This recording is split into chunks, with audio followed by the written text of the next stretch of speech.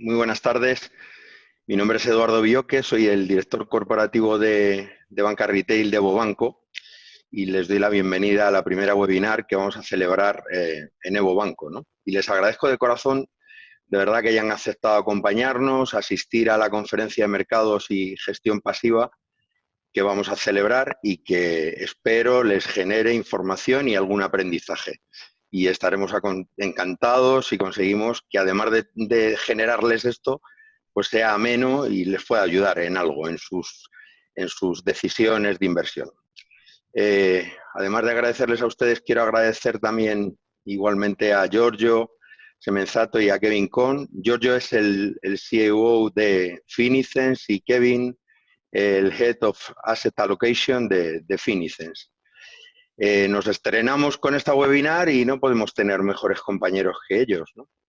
Esta iniciativa nace dentro del banco, dentro de un proyecto nuevo que se llama Escuchamos tu voz, que es un proyecto de escucha al cliente, ¿no? Y el cliente en este caso nos está pidiendo información y ayuda referente a inversiones, a mercados y demás. Ya empezamos hace tiempo con Invertips. Invertips es una manera de contar fácil lo que puede resultar más difícil de comprensión y además aplicando ejemplos de la vida real. Les animo, si no están suscritos, a que se suscriban, es totalmente gratuito y la verdad es que merece la pena. Lo entiendo yo, así que si lo entiendo yo, lo entiende cualquiera, no les quepa la menor duda. Adicionalmente a esto, todas las personas que están dentro de Invertips les estamos enviando constantemente mails con diversa información de mercados, de inversión y demás. Y luego la tercera pata, que sería esta webinar, que estamos seguros que no va a ser la última, es la primera y no va a ser la última. A ver, cuando pensaba en qué decirles en la apertura, ¿no? Una de las cosas buenas que tiene esta reclusión, ¿no? De estar en casa, esta reclusión forzosa, este teletrabajo, es que es el aprovechamiento del tiempo, ¿no? El neto del tiempo y el bruto del tiempo, la verdad es que se acercan bastante. El gap es muy chiquitito, ¿no? Traducido al castellano, que puedo hacer más cosas. En menos tiempo puedo hacer bastante más cosas. Si me quiero tomar un café, me voy a la cocina, que está aquí al lado, me lo tomo y no dedico 15 minutos en bajar al bar de abajo y tomarme el café y tal. También es verdad que no desconecto y la desconexión viene bastante bien de vez en cuando, pero vaya, tiene sus cosas buenas. Bueno, pues este tiempo, dentro de este tiempo, de este aprovechamiento del tiempo, me permite oír pues entre 2, 3, 4 podcasts diariamente. Y uno al menos suele ser de mercados y de inversión. Cortito, ¿eh? Se lo digo también sinceramente, no me meto podcast de 1 hora de mercados y de inversión porque no los aguanto directamente. Y lo hago mientras hago deporte. Esto me permite pues mantenerme despierto y demás. Y no porque yo sea inversor, porque fundamentalmente no puedo invertir, porque verán ustedes con 3 monstruos entre 18 y 12 años, mi perfil es de gasto. No hay ahorro que valga, no hay inversión que valga. Solo gasto y gasto y gasto y gasto.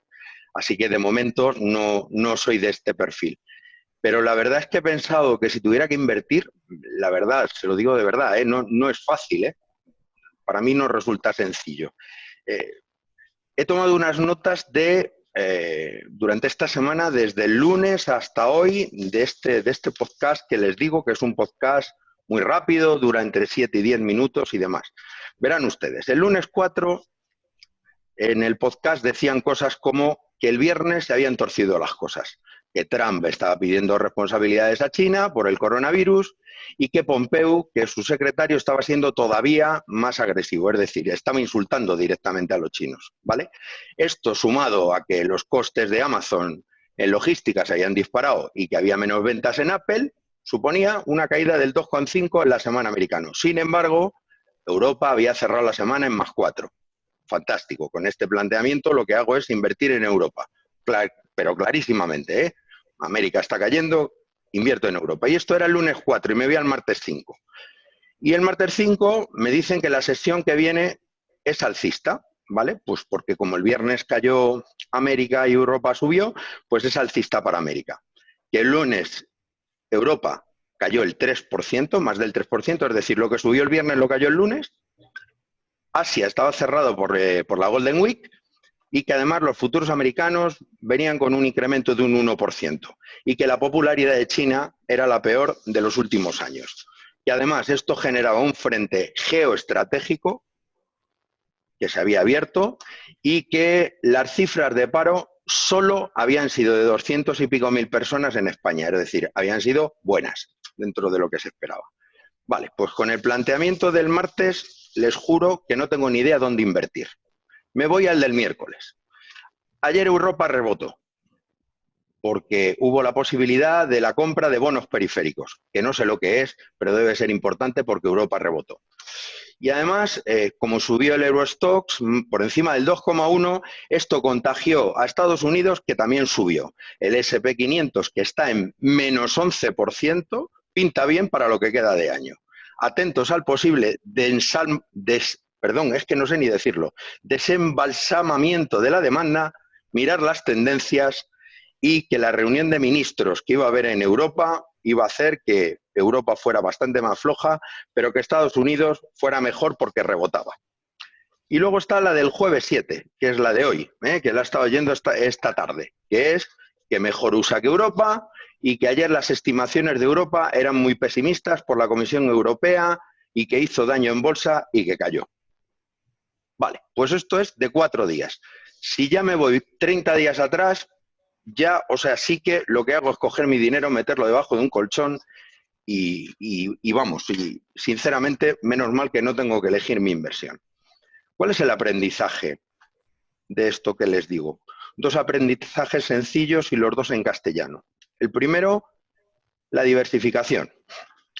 En 4 días he visto que caía 2 veces Europa y que subía 2 veces Europa, que caía 2 veces Estados Unidos y que subía 2 veces Estados Unidos. Por lo tanto, no puedo tener los huevos en la misma cesta. Tengo que repartir. Y tengo que repartir por sectores y tengo que repartir por países y cuanto más diversificado tenga la inversión, seguro que me va a salir mejor. Y lo segundo, y esta no es en castellano, es en gallego, que es el no meneallo. Si yo había hecho una inversión el viernes pasado, probablemente a día de hoy, no les digo a día de hoy, pero probablemente dentro de 3 meses, después de haber caído 25 veces Europa y 43 Estados Unidos y haber subido otras tantas, probablemente la inversión valga algo más, salvo que por el camino se haya roto algo.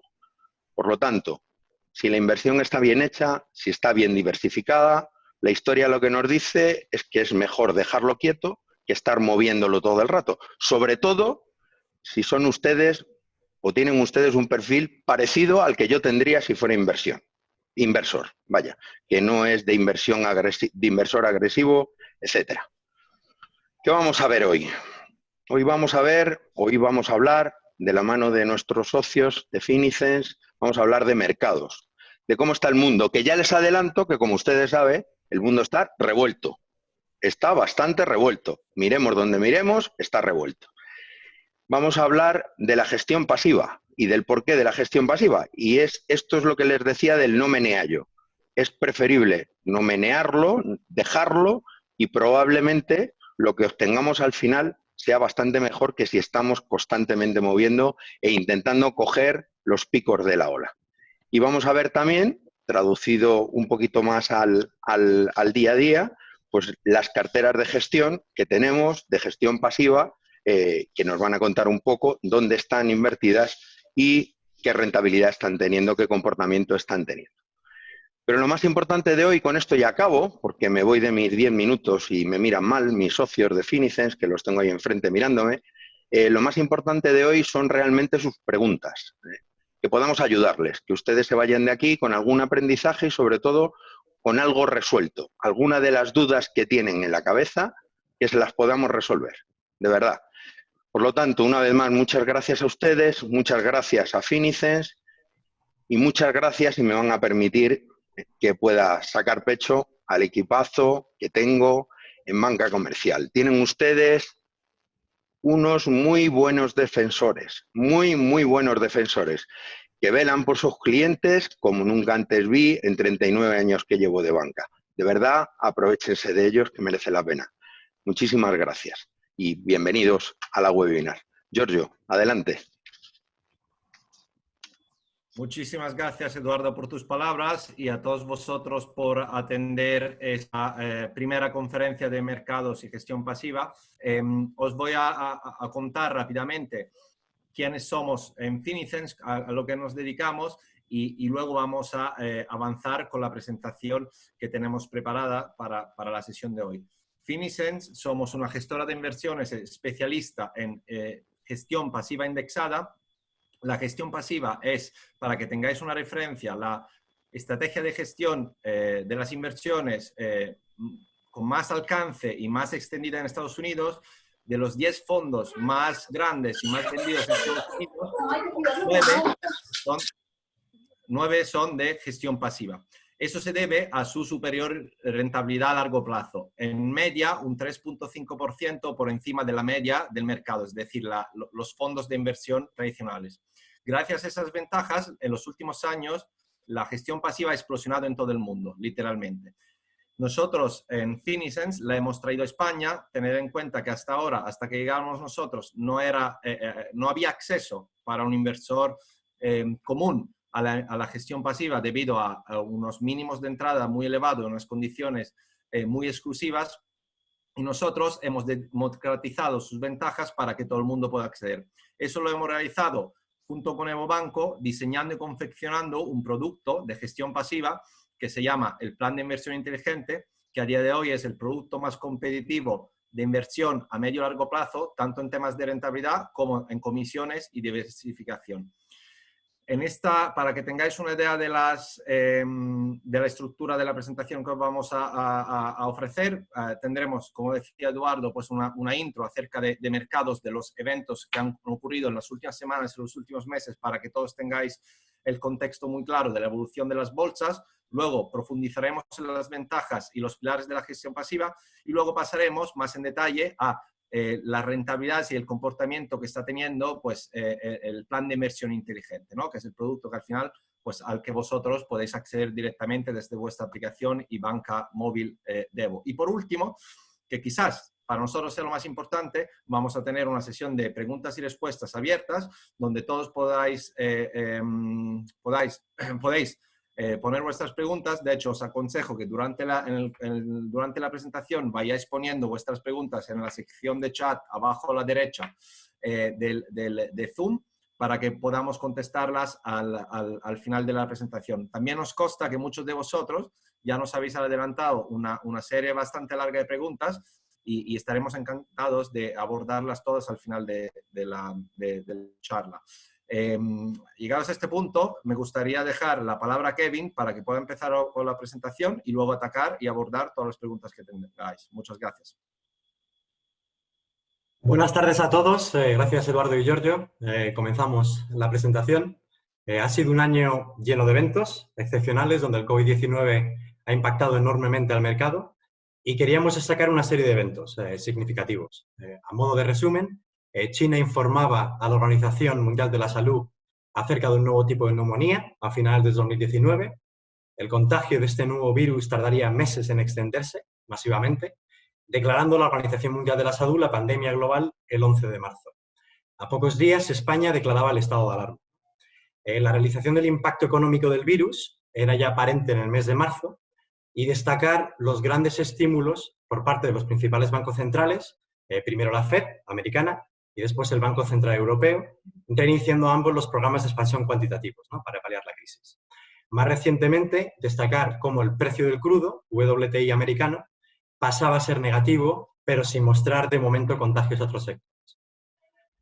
En la siguiente slide os mostramos la evolución de los principales mercados bursátiles globales, el S&P 500 americano en euros, el Nikkei japonés en euros, el Stoxx 600 europeo como representante de las bolsas europeas y el IBEX 35 más local. Llevamos del año, y esas cifras es lo que llevamos del año a cierre de abril de la semana pasada. Podemos apreciar cómo las caídas comienzan en febrero, se intensifican en marzo, claramente reflejando cómo el COVID-19 fue hasta ese punto un problema aislado en China. A medida que los mercados descontaban el posible impacto económico global, las caídas se acentuaron.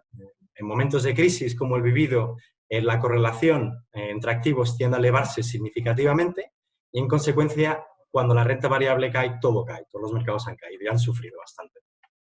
Posteriormente también apreciamos un claro cambio de tendencia que coincide con los anuncios de grandes estímulos tanto monetarios como fiscales y se ve claramente cómo los mercados han recuperado gran parte de las caídas.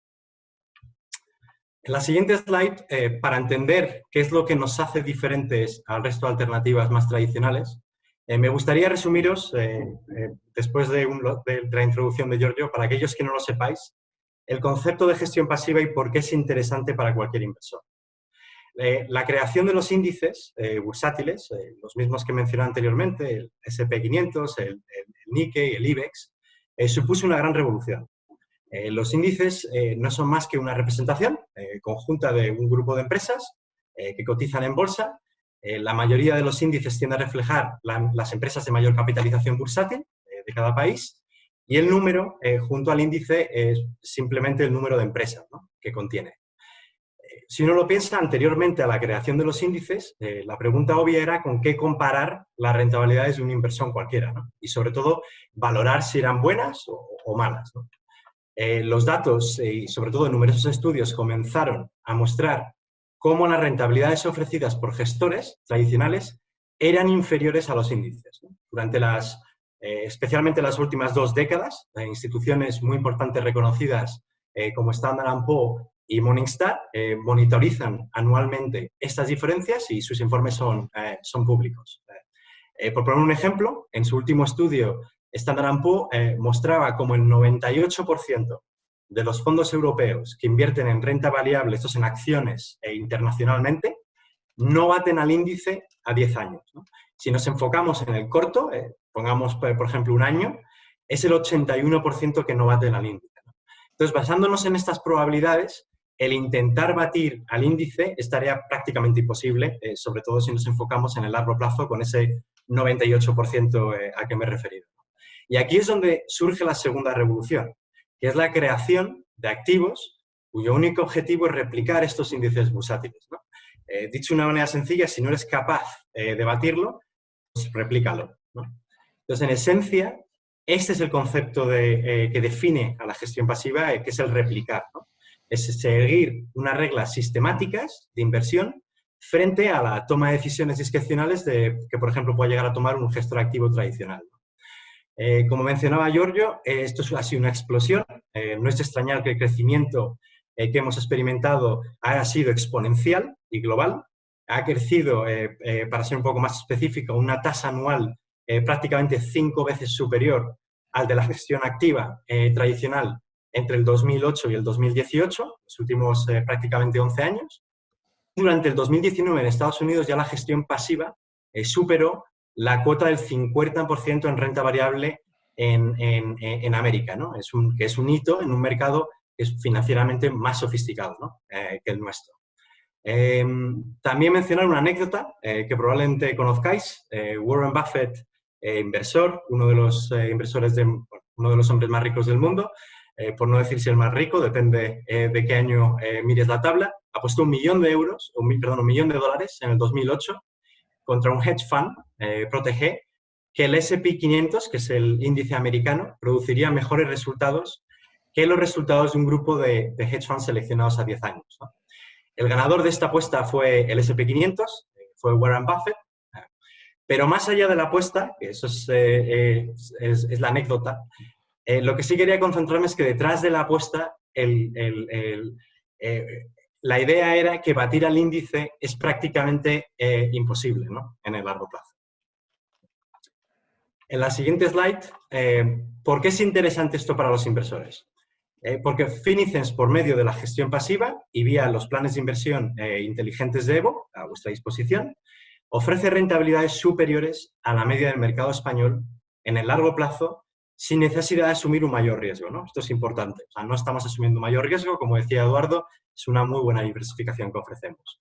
Y ofrecemos estas rentabilidades por encima de la media del mercado para distintos niveles de riesgo, ¿no? O sea, que no es dependiente de que un cliente sea conservador o moderado o agresivo. Cuando Warren Buffett realizó la apuesta, lo hizo porque la probabilidad de que el S&P 500 americano batir a los hedge funds, en el largo plazo era tan elevada que ya dejaba de ser una opinión. ¿Y por qué nosotros estamos tan convencidos y decimos que las rentabilidades que ofrecemos son superiores a la media del mercado? Pues principalmente por 3 factores clave que proporciona la gestión pasiva de Finicens conjuntamente con algo. Primero, los costes más reducidos, hasta un 85% menores. A menores costes, una mayor rentabilidad. Los costes de gestores activos son más elevados y su gestión no es capaz de generar valor suficiente para compensar por estos costes más elevados, ¿no? Un segundo factor, muy importante, una mayor diversificación, que dependiendo de la cartera puede llegar a tener hasta más de 20.000 posiciones distintas, ¿no? Eliminando el riesgo específico hacia una empresa concreta y además accediendo a distintas clases de activos y distintas economías internacionales.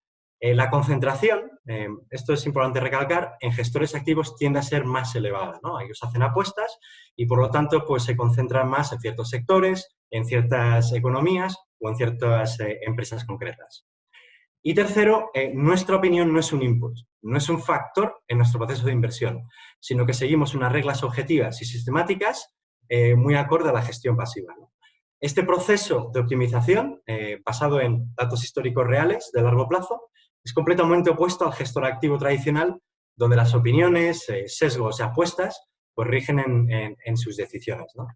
Para poner un poco en contexto estos 3 elementos y contaros qué aporta cada elemento en cuanto a la rentabilidad adicional que somos capaces de producir frente a la media del mercado, prácticamente el 50% de esa rentabilidad adicional que ofrecemos provienen de los costes más reducidos, ¿no? Y el otro 50% provienen de los 2 elementos, la mayor diversificación, el segundo y el tercero, y el proceso de optimización que tenemos, ¿no? Esto es importante, que es la combinación precisamente de lo que aporta la gestión pasiva, lo que aporta esa rentabilidad adicional. En la siguiente slide quería aquí mostraros un poco el plan de inversión inteligente. Para aquellos clientes que quizás no lo sepan, tiene distintos perfiles de riesgo para cubrir las necesidades de todo tipo de clientes. En total son 5 planes con distintos niveles de riesgo. El plan conservador, el primero, está compuesto únicamente de renta fija. Y a medida que vamos avanzando a perfiles más agresivos, eso es de izquierda a derecha, las posiciones activos de menor riesgo van disminuyendo. Y una mayor exposición a activos de mayor riesgo, que son las rentas variables y los bienes reales. Eso lo apreciamos en estos cambios en los pesos subrayados en color azul. A mayor renta variable, mayor rentabilidades potenciales, pero también asumimos un mayor riesgo potencial. Entonces, dentro de la categoría de renta fija, muy a modo de resumen, y por favor hacerles preguntas si queréis que especifiquemos un poco más, invertimos en 6 tipologías de bonos, ¿no? 3 tipologías de bonos, bonos gobiernos europeos, corporativos e internacionales, con un sesgo hacia Estados Unidos, que son comunes desde el plan moderado hasta el plan agresivo, que es el segundo, desde el segundo plan hasta el quinto. El primer plan, que es el perfil conservador, que es el que está compuesto únicamente de renta fija, y ahí incluimos otra tipología precisamente de renta fija para que esté más diversificada, ¿no? Incluimos otras categorías de bonos corporativos como flotantes, corto plazo y high yield, que son de alto rendimiento. En renta variable invertimos en 3 mercados desarrollados, Europa, Estados Unidos y Japón, y adicionalmente en mercados emergentes. Y en bienes reales invertimos en REIT globales, que es propiedad comercial física, y oro físico. Esto sería un poco a modo de resumen, pero por favor, hacer preguntas si queréis que entre en más detalle posteriormente. En la siguiente slide, ya volviendo un poco al presente, la siguiente slide, por favor, Borja. Volviendo al presente y centrándonos en el comportamiento ya de los planes de inversión inteligentes de EVO en lo que llevamos de año, a cierre del mes de abril, nuestras carteras no han sido inmunes a estos eventos. Nuestras rentabilidades, que son las barras azules, van desde un menos 1% para el plan 1, el conservador, hasta el menos 9,4% para la cartera agresiva, la quinta. A medida, como os he explicado antes, a medida que nos desplazamos de izquierda a derecha, las carteras van tomando un mayor riesgo con una creciente exposición a renta variable, ¿no? Y por lo tanto unas mayores caídas.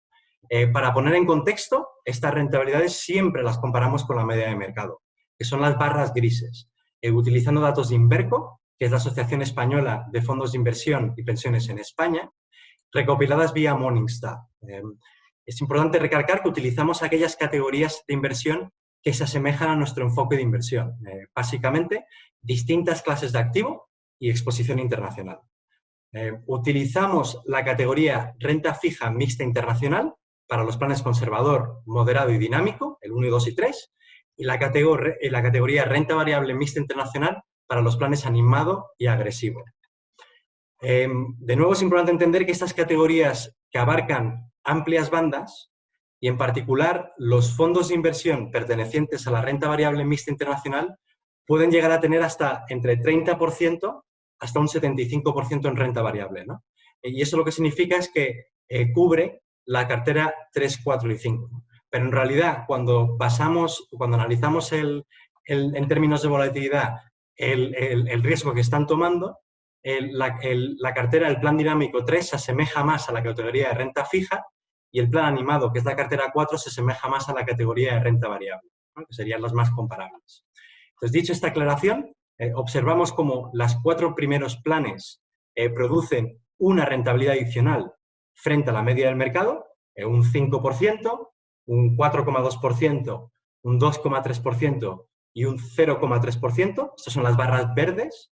El plan 5, que es el agresivo, no produce una rentabilidad adicional, en menos 1,3%, pero eso es debido a que estamos tomando un mayor riesgo, ¿no? Mayor renta variable que la media. Otra forma de medir nuestra gestión, aparte de estas rentabilidades, es la rentabilidad de nuestras carteras frente a otros gestores a través del concurso de expansión, ¿no? Del 2020, donde a día de hoy lideramos el ranking de carteras conservadoras, mientras que estamos debajo de la mitad de la tabla para las carteras agresivas. En la siguiente slide os mostramos ya las rentabilidades producidas por los activos en cartera en el 2020 a cierre de abril.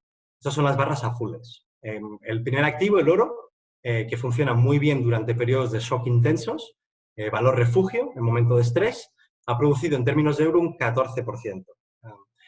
Los siguientes 5 activos son de renta fija. El primer activo, los bonos globales más internacionales, producen un 2,4%, seguidos de un 0,7% para los bonos gobiernos europeos, y rentabilidades negativas ya para los siguientes clases de renta fija, que son bonos corporativos, un menos 1,8% para bonos flotantes, menos 2,3% para corto plazo y menos 3,5% para corporativos de un mayor vencimiento. Es importante mencionar que nuestra exposición a la renta fija es mayoritariamente de alta calidad crediticia, ¿no? Y la importancia de esta clase de activos durante el primer trimestre ha sido fundamental para amortiguar las caídas en carteras, ¿no? Si uno compara las caídas que hemos sufrido en nuestras carteras con relación a lo que ha ocurrido con los índices bursátiles. En cuanto a los activos de mayor riesgo, los bonos de high yield de alto rendimiento han hecho un menos 9,5% y los activos de renta variable y risk globales han sufrido unas pérdidas que van desde el menos 7,2% hasta el menos 21,3%, ¿no? Aquí se ve el contraste claro de cómo ha sufrido la renta variable y cómo la renta fija y oro han experimentado mucho menores caídas, incluso positivo, ¿no? Hemos querido también mostrar el cambio de tendencia en mercados, que hemos visto en la primera slide en la que os mostraba claramente el cambio de tendencia, ¿no? Mostrando los mínimos alcanzados por cada uno de los activos en términos de rentabilidad durante las caídas en marzo. Y esos son los puntos naranja, y visualmente eso es la distancia entre los puntos naranja y la parte inferior de las barras azules, ¿no? Que es lo que ha recuperado los mercados desde sus mínimos.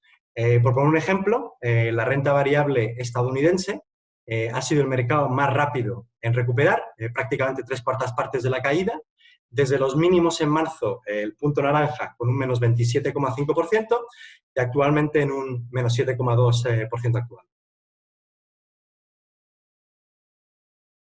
Disculpad. En la siguiente slide hemos experimentado un muy buen año en el 2019 y un mal comienzo del año en el 2020. Eso es así. Y este cambio brusco en el sentimiento del mercado lo que nos brinda es la oportunidad de poder comprobar nuestra gestión midiendo el comportamiento de las carteras tanto en mercados alcistas como el 2019 como bajistas durante el 2020 conjuntamente, ¿no? Entonces, hemos extendido el análisis desde el 1 de enero del 2019 hasta la actualidad, pero incluyendo las caídas recientes. De nuevo, las barras azules son las rentabilidades de Evo, las grises, la media de mercado, y la verde, la rentabilidad adicional de Evo frente a la media del mercado, y observamos cómo producimos una rentabilidad adicional frente al mercado que va desde un menos 3,1% hasta un 7,9%, ¿no? Quedando patente que nuestra estrategia es superior a la media de mercado cuando alargamos el periodo e incluimos mercados cambiantes. Y además esta rentabilidad adicional la producimos para todos los niveles de riesgo, como hemos explicado anteriormente, ¿no? Que un cliente, independientemente de qué perfil tenga, se garantiza esa rentabilidad, o si no se garantiza esa probabilidad, alta probabilidad de producir una rentabilidad adicional frente al mercado. Estas rentabilidades en la siguiente slide, frente al mercado, no son una casualidad. Como he mencionado anteriormente, estas diferencias positivas frente al mercado se acumulan a lo largo del tiempo. Entonces, en la siguiente slide extendemos aún más el periodo de inversión a 15 años. En este caso, incluso incluimos las caídas tanto recientes como la crisis financiera del 2008. Y observamos cómo las rentabilidades acumuladas frente al mercado, que son las barras verdes, son desde un 16% para el plan conservador hasta un 80% para el plan agresivo. Y muy importante mencionar que esas son rentabilidades adicionales frente al mercado, que es en lo que nosotros siempre nos enfocamos. Pero la realidad es que las rentabilidades recibidas por el inversor son superiores, son las barras azules, que va desde un 41% para la cartera conservadora hasta el 131% para la cartera agresiva, ¿no? Y siempre mostramos el largo plazo porque es donde precisamente nuestra estrategia desprende todo su valor y donde el inversor también tiene una mayor probabilidad de éxitos en sus inversiones. En la siguiente slide mostramos el mismo dato final, mostrado de largo plazo, a 15 años, pero esta vez representando la evolución de la rentabilidad acumulada a lo largo del tiempo. Y primero mostramos los planes más conservadores frente a la media del mercado. Estos serían los 3 planes más la media de mercado. Y quería mencionar tres importantes observaciones de esta gráfica. La primera, como las rentabilidades acumuladas ofrecidas por Evo son muy superiores a la media del mercado en el largo plazo, el 77%, el 66% y el 41%, que son la dinámica, moderada y conservadora, respectivamente, frente ya a la línea más baja del 25% de la media del mercado. Y esas rentabilidades son muy superiores, como podéis comprobar, que en el caso de la dinámica pues es 3 veces superior. Otra segunda observación sería que la propia volatilidad y los movimientos del mercado, ¿no? Que suben arriba y suben abajo. Un poco, Eduardo lo ha explicado muy bien, ¿no? Los mercados suben y suben abajo, no sabemos lo que va a ocurrir, ¿no? Y entonces, apreciamos, pero lo que también apreciamos es una clara tendencia alcista, ¿no? Y cómo para poder capturarla hay que estar invertidos en el largo plazo. Y una tercera, como esa rentabilidad adicional que frente al mercado es creciente y acumulativa en el tiempo, ¿no? Ese enfoque y ese comentario que hemos hecho anteriormente del 2020 y del 2019 hasta la actualidad, pues es consistente con esos datos, ¿no? Y la siguiente slide, pues mostraros la misma evolución pues acumulado en el tiempo, pero esta vez enfocándonos ya en las carteras agresivas, mismas conclusiones que anteriormente, y simplemente mencionar que los 2 planes hubieran duplicado el capital inicial invertido por vosotros, con rentabilidades superiores al 100%, y cómo la media del mercado está muy por debajo de los planes, ¿no? de las carteras. Bueno, agradeceros a todos vuestra presencia y encantado de responder a todas vuestras preguntas. Sí, perdonadme, Kevin. Matizo un segundo porque he visto una pregunta relacionada con esas gráficas donde nos preguntaban cómo es posible trazar una rentabilidad a 15 años si Evo Banco no existía hace 15 años, ¿no? Es muy buena observación y creo que deberíamos de explicarle a todos los asistentes, bueno, cuál es la metodología estándar, ¿no? que hay detrás de este tipo de análisis y que se llama backtesting, básicamente. Sí, pues aquí explicar que eso va un poco enfocado a nuestro proceso de inversión en la gestión pasiva, ¿no? Nosotros, al no ser gestores activos y no tomar posiciones dependiendo de nuestras opiniones y de cómo y de nuestras emociones, todas las decisiones que nosotros tomamos son cuantitativas y son un estudio profundo que hacemos del largo plazo y un análisis histórico del mercado, tanto en caídas como en subidas. Y eso lo que nos permite es poder representar qué es lo que hubieran hecho nuestras carteras, pero sin tomar poner un valor de juicio, ¿no? Ninguna opinión, ¿no? Eso sencillamente es cuál es nuestra asignación de activos llevándolo al pasado. Y esto es muy importante, es una muy buena pregunta, porque esto los gestores activos no son capaces de hacerlo. No son capaces de hacerlo porque nadie puede llegar al 2008 y nadie puede llegar al 2015 o cualquier evento significativo que ha ocurrido en el mercado en los últimos años y modelizar lo que hubieran sido sus propios comportamientos, ¿no? Nosotros sí podemos hacerlo porque en las decisiones que tomamos, la asignación de activos desde que Finicens y en este caso Evo comenzó, la asignación de activos es constante en el tiempo. Evidentemente existe una serie de rebalanceos que comentaremos después, pero la asignación de activos no cambia por nuestras opiniones o por lo que nosotros queramos del mercado. Y en el caso de que la cambiáramos en el futuro, sería también por un estudio riguroso del largo plazo, por lo que nunca cambiaríamos si no podemos demostrar a cualquier tipo de inversor que lo estamos haciendo con datos históricos y empíricos en la mano, que sería para un mejor resultado, ¿no? Entonces, dicho de otra manera toda esta explicación, somos capaces de deciros exactamente con precisión cuáles hubieran sido nuestras rentabilidades si Evo hubiera existido desde hace 15 años, ¿no? Sin maquillar y sin poner un juicio de valor, ¿no? Y cosa que un gestor activo no es capaz de hacer. Espero que esto responda a la pregunta. Perfecto, pues muchas gracias a todos los ponentes y vamos a empezar con el turno de las preguntas. Son numerosas preguntas las que están llegando, vamos a intentar dar debida respuesta a todas ellas. Y empecemos por la primera. Nos preguntan por qué la valoración de las carteras sufre un retraso, no es en el tiempo real. Esta pregunta nos va a poder responder Giorgio Semenzato, entiendo, nuestro CEO. Sí, esta pregunta tiene que ver con la operativa, ¿no? A nivel mundial de los fondos de inversión. Los fondos de inversión son un instrumento que te da el valor liquidativo, es decir, el valor de tus inversiones en ese fondo, con unos días de retraso, ¿no? Por un tema puramente operativo. Es así en todo el mundo y esa es la razón por la que a día de hoy verás el valor de hace 2 días, ¿no? Y esta es la razón y es así, vamos, es un estándar internacional.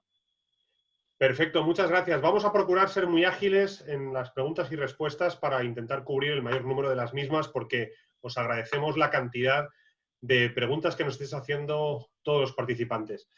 Seguiríamos con otra pregunta que nos hacen. ¿Qué garantías ofrece el consorcio de compensación de seguros? ¿El capital está garantizado por Caser exclusivamente o por Caser y Evo? ¿Nos va a responder también Giorgio a esta pregunta? Sí, para el fondo, una premisa, este producto, el plan de inversión inteligente, es un producto cuyo dinero que invirtáis estará depositado y custodiado por Caser Seguros. Caser Seguros, como sabéis, es una aseguradora con más de 75 años de historia nacional y con millones de clientes, y más importante, tiene unos ratios de solvencia que son superiores a la media con creces, ¿no? Eso asegura pues, que el dinero que invirtáis en ese plan está a buen recaudo y está protegido, ¿no? Ante posibles riesgos. El Consejo de Compensación de Seguros es un organismo nacional que se ideó para prevenir o para actuar en el caso de que una entidad aseguradora se encontrara en una situación de falta de solvencia, ¿no?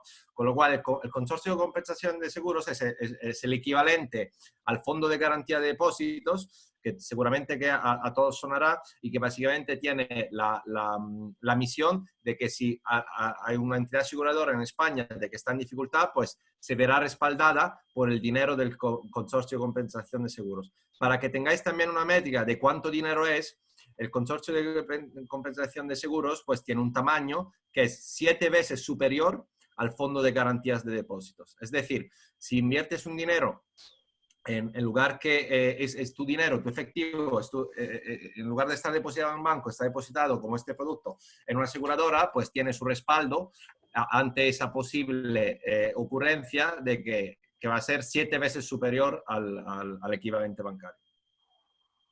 Muchas gracias, Giorgio. Nos estáis preguntando numerosas preguntas. ¿Qué plazos estimamos para la recuperación de la rentabilidad precrisis y cómo está afectando la situación actual COVID en los mercados y en nuestras carteras? Kevin, ¿nos podrías dar un poco de luz? Sí, por supuesto. Nosotros no somos gestores activos.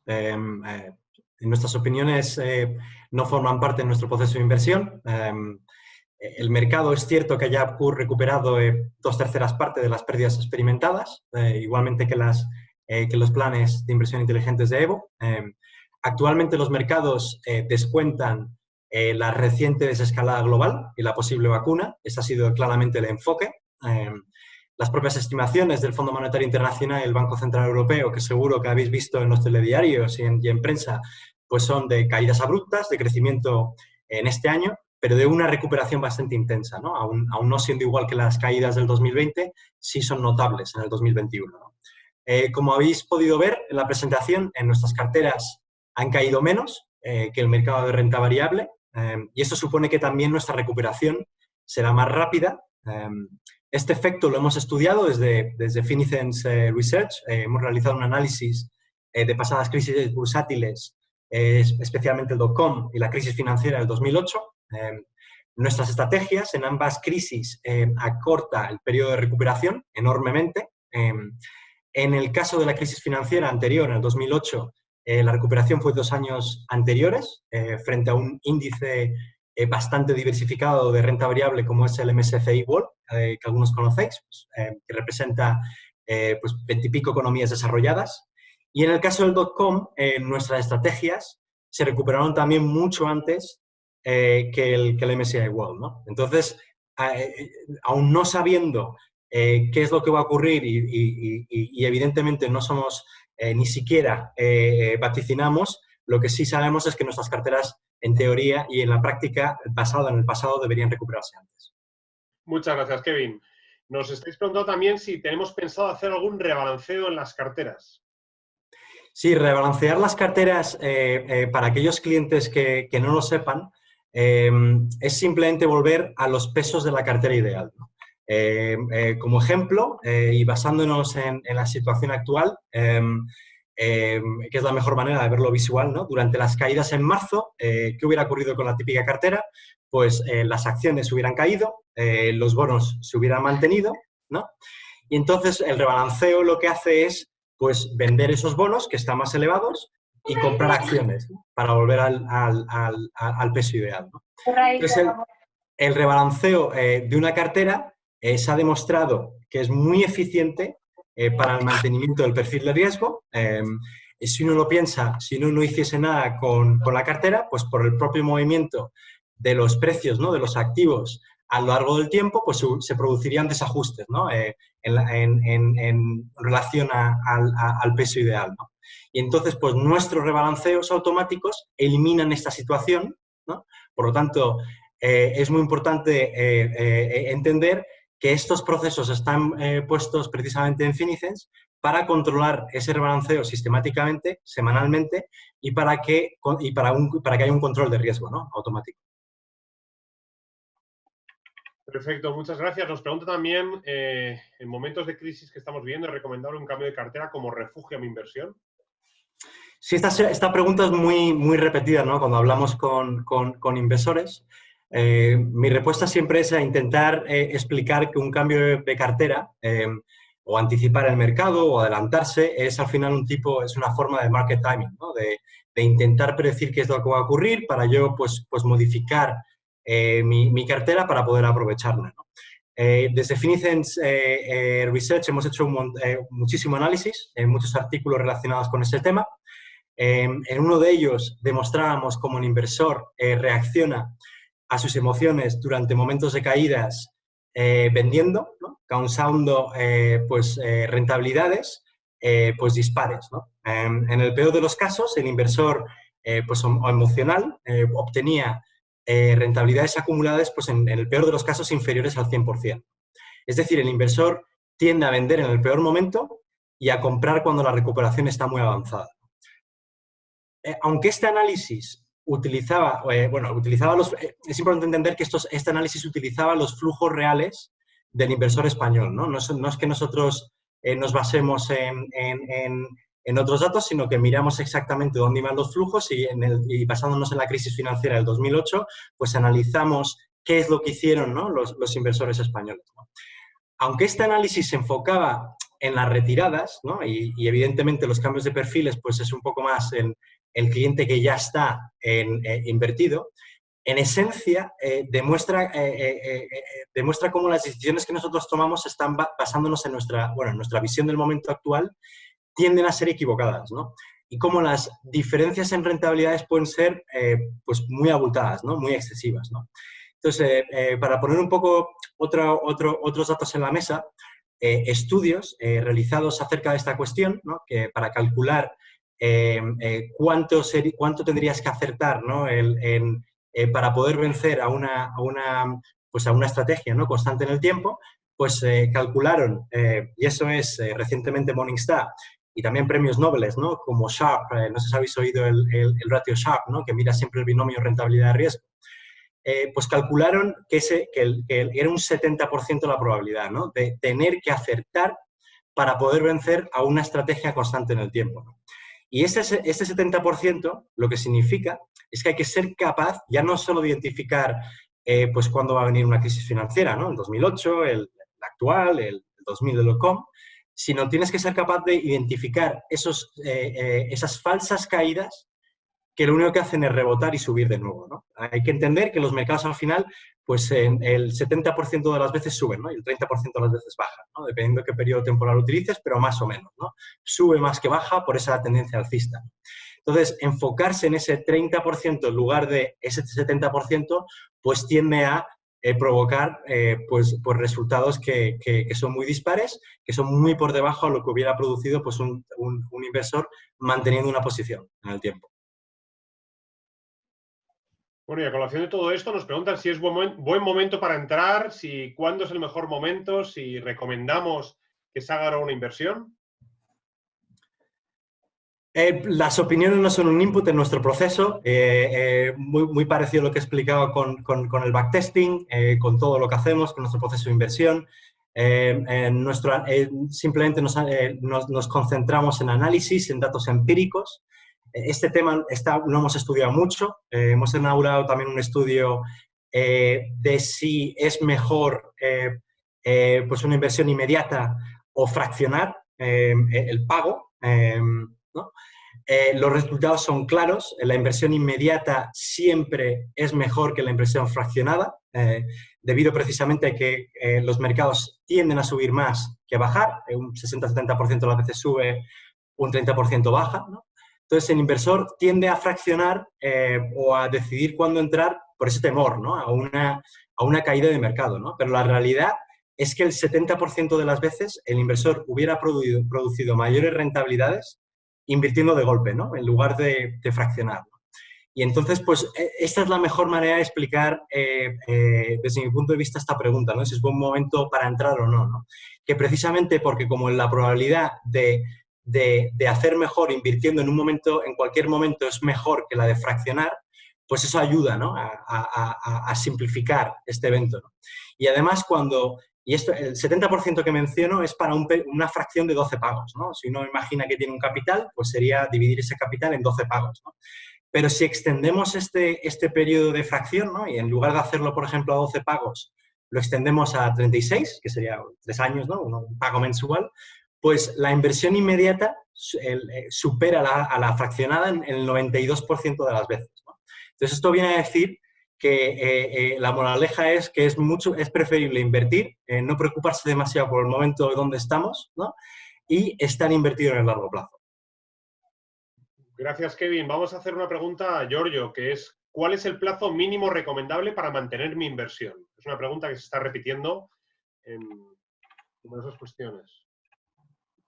No te escuchamos, Giorgio. Tienes que encender, por favor, el micrófono. Gracias. Cierto.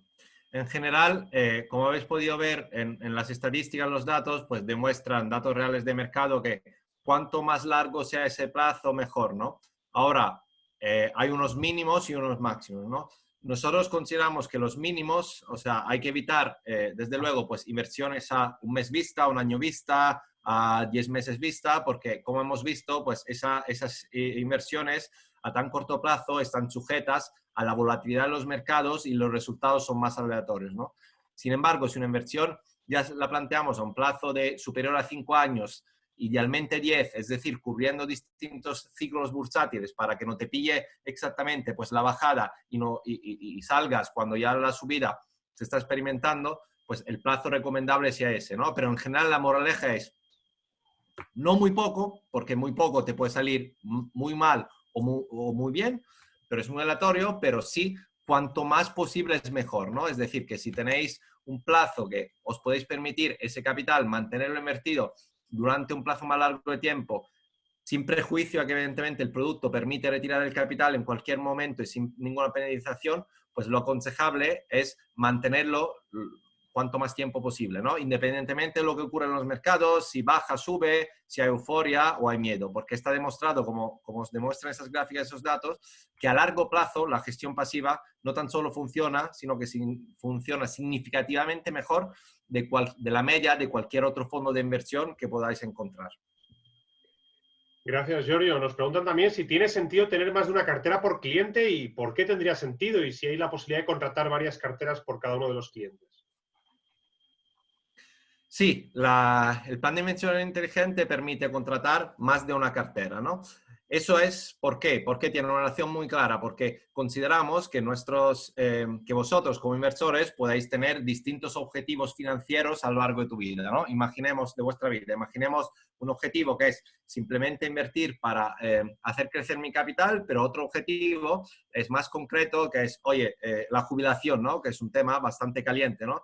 En los últimos años. Entonces, al tener distintos planes, te permitiría, por ejemplo, tener 2 planes, uno para el primer objetivo, uno para el segundo, en los que podrías invertir con un patrón distinto de aportaciones, es decir, si tenéis 100 para invertir, pues un X en un plan y un X en otro, y también pues separar los distintos planes por perfil de riesgo, ¿no? Si en algún plan pues tenéis un perfil de riesgo X, podéis decidir, pues en otro plan, pues tomar menos riesgo que ellos por las razones que sean, ¿no?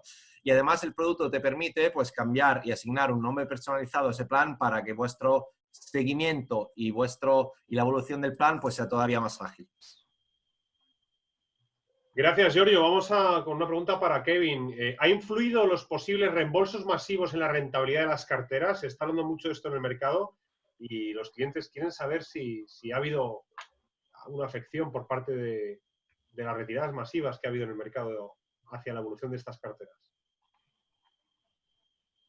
Sí, es cierto que ha habido grandes retiradas de capital en el mercado y en las carteras como consecuencia del miedo, ¿no? De las bajadas. Eso es un hecho, ¿no?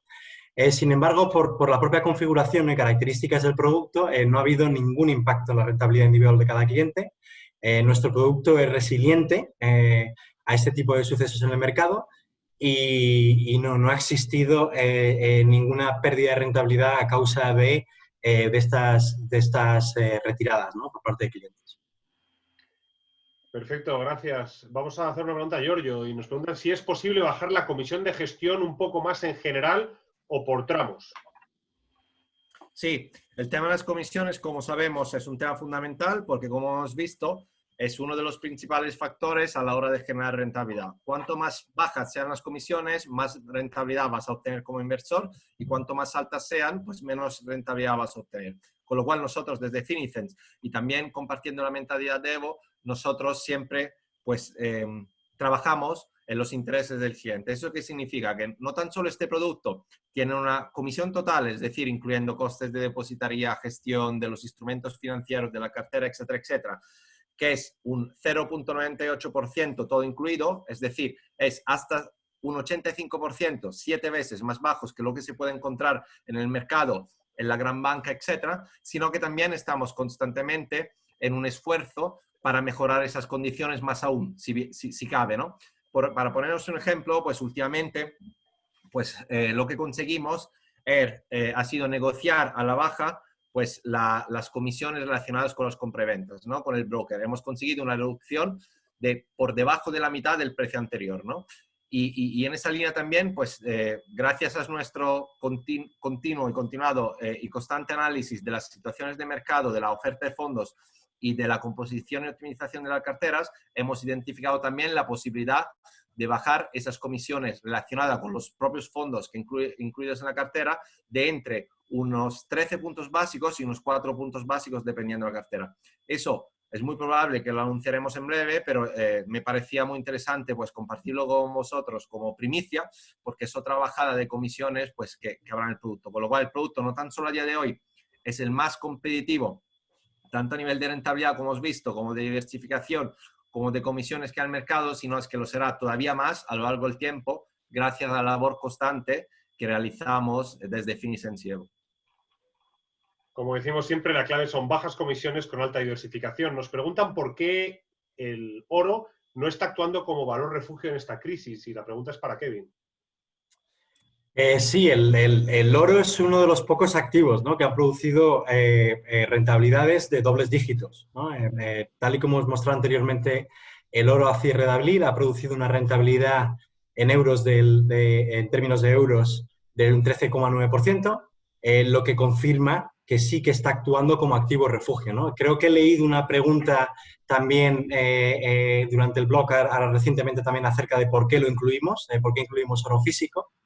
Y esto tiene mucho que ver con la propia asignación de activos, y cuando estudiamos qué activos incluir en cartera, y porque el oro es un activo con una baja correlación, ¿no? Esto significa que se comporta de manera distinta a los bonos y renta variable, ¿no? Entonces, cuando nosotros construimos carteras, siempre estamos mirando que distintas clases de activos, distintos porciones de mercado, pues actúen de manera distinta, ¿no? Para que no todo, cuando todo sube baja, pues haga exactamente lo mismo. En el caso de oro, también específicamente, pues tiene un componente de correlación negativa, ¿no? Que incluso cuando todo se derrumba, ¿no?, y cuando el miedo pues reina, ¿no?, en los mercados, pues incluso produce rentabilidades positivas, ¿no? Otro factor importante de por qué incluimos oro es el mejorar ese binomio rentabilidad-riesgo, ¿no?, que, dicho de una manera muy sencilla, es intentar siempre el producir la mayor rentabilidad para el riesgo menor posible, ¿no? Y entonces oro ayuda a mejorar este ratio.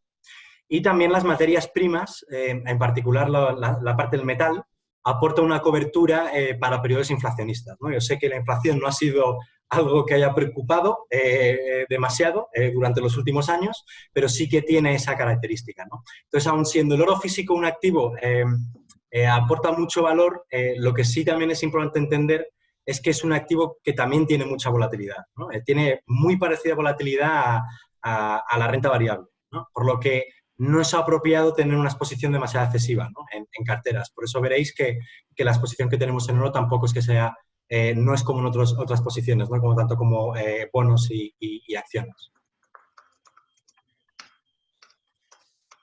Si me permitís, ¿me escucháis? Sí. Si me permitís, estoy viendo distintas preguntas relacionadas con el mismo tema. Me gustaría aclararlas. He visto algunas preguntas relacionadas con de perfil, otras relacionadas con si es bueno invertir ahora en una determinada cartera, ¿no?